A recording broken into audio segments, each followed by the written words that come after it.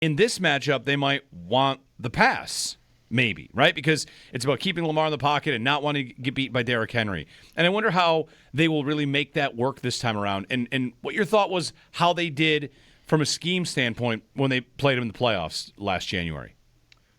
The thing that really jumped out to me when they played him in the playoffs was if you go back and watch that game, from the very first snap of the game, it was evident the Bills said, you are not going to run Derrick Henry against us tonight. That's not how you're going to win this game.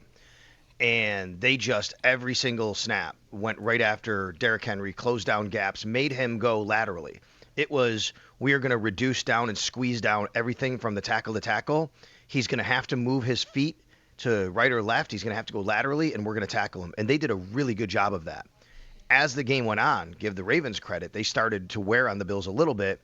And in the third quarter, it really came alive. The third quarter, the Ravens just kind of started really moving the ball down the field on the Bills.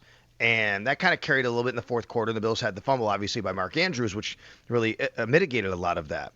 But the Bills really made sure in that scenario that they couldn't run it. And what I found interesting was the Ravens did not run. I think we talked about this the other day, Joe. You had the stat. Mm-hmm. The Ravens did not run Lamar a lot at all. Like, he didn't pull it out of the belly of Derrick Henry and take off.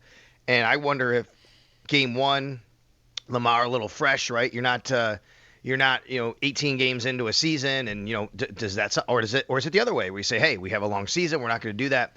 I wonder if the Ravens have a different approach, but the Bills certainly, and the Bills did play some base defense. What they generally did, and this is why I say Patrick Ricard, which we didn't talk about their injury report, and we can, but Patrick Ricard, to me, he's the kind of the key here, which is when he's on the field, when you see him run on the field, a lot of times you see another linebacker come on the field. Like that guy, like your job in this scenario might be like Shaq Thompson, right?